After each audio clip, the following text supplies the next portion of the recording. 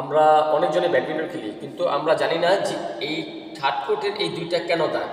এই দুইটা কোর্টের এই দুইটা দাগের কারণ হচ্ছে এটাকে বলা হয় শাটল টেস্টিং জোন।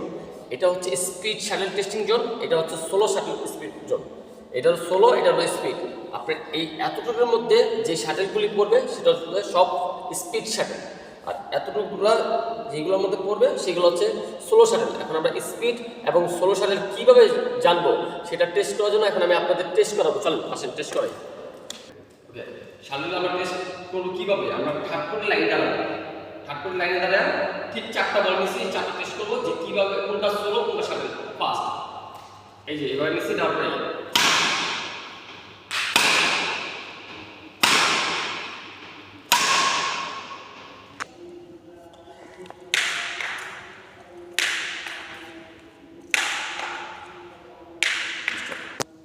এই দেখেন আপনার শাটলটা, এই যে এটা হচ্ছে স্লো শাটল জোন।